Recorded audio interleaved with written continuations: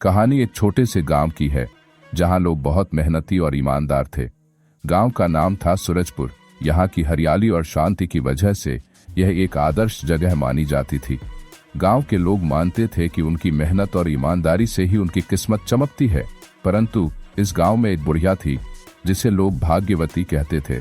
उसकी कहानी हर किसी की जुबान पर थी और लोग अक्सर उसकी किस्मत के बारे में बात किया करते थे। भाग्यवती बुढ़िया का नाम कुमुद था। वह अपने छोटे से घर में अकेली रहती थी और उसके पास कोई संतान नहीं थी। लेकिन गांव वालों का कहना था कि उसकी किस्मत का जादू ही उसकी पूरी जिंदगी को बदल देता था। लोग अक्सर उसके पास आकर अपनी परेशानियों का हल पूछते और भाग्यवती का आशीर्वाद लेते। कुमुद बुढ़िया भी सबको अच्छे से समझाती और उनकी मदद करने की कोशिश करती। एक दिन गांव में एक बड़ा मेले का आयोजन हुआ। मेले में सभी लोग अपने अपने तरीके से अपनी खुशियां मनाने और समय बिताने आए थे।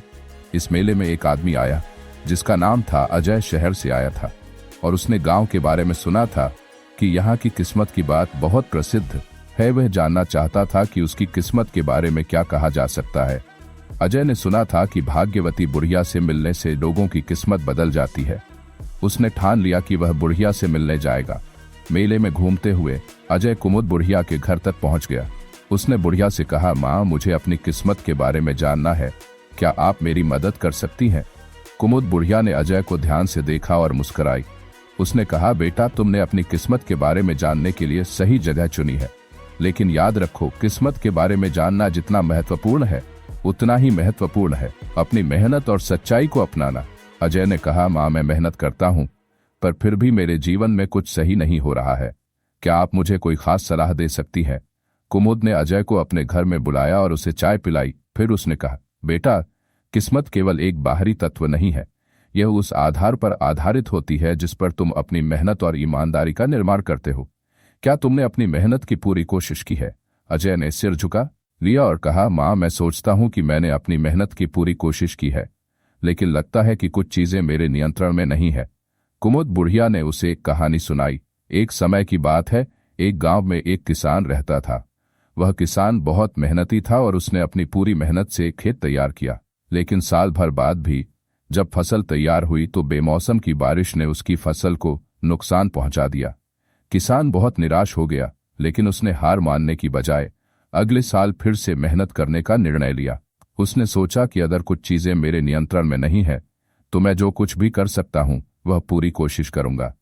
फसल की बर्बादी के बाद किसान ने एक नई योजना बनाई और अगले साल अपने खेत को फिर से तैयार किया। इस बार उसकी मेहनत और रणनीति ने काम किया और उसकी फसल अच्छी हुई। किसान ने सीखा कि किस्मत केवल एक कारक होती है, लेकिन मेहनत और इरादे सबसे महत्वपूर्ण होते हैं। कहानी सुनकर अजय ने महसूस किया कि उसने अपनी मेहनत में कमी नहीं की थी, बल्कि उसे अपनी योजनाओं और दृष्टिकोण को बदलने की जरूरत थी। कुमुद बुढ़िया ने कहा, याद रखो बेटा, किस्मत का हिस्सा केवल एक पहलू होता है। तुम्हारी मेहनत और तुम्हारी सोच की दिशा भी उतनी ही महत्वपूर्ण है। अजय ने कुमुद का आभार व्यक्त किया और गांव लौट आया। उसने अपनी मेहनत को और भी संजीदगी से किया और नई रणनीतियों के साथ काम किया। समय बीतता गया और अजय की मेहनत रंग लाई। उसके व्यवसाय में सफलता आई और उसकी जिंदगी में खुशियां आईं। उसने सीखा कि अपनी मेहनत और ईमानदारी से ही कोई भी व्यक्ति अपनी किस्मत को बदल सकता है। वहीं कुमुद बुढ़िया अपने छोटे से घर में संतुष्ट थी। उसकी बातें और कहानियां लोगों को प्रेरित करती थीं और उसने कभी नहीं सोचा था कि वह अपने अनुभव से दूसरों को इतना बड़ा सबक दे पाएगी। इस प्रकार भाग्यवती बुढ़िया की कहानी ने साबित कर दिया कि कोई भी किसी के भाग्य का नहीं खा सकता। मेहनत, ईमानदारी और सच्ची लगन ही किसी की किस्मत को आकार देती है। दोस्तों, मुझे उम्मीद है कि आपको मेरी ये प्रेरणादायक कहानी आपके जीवन में सफल बनाने में काम आएगी। दोस्तों, ऐसी प्रेरणादायक कहानी सुनने के लिए आप हमारी चैनल को सब्सक्राइब कीजिए और लाइक कीजिए।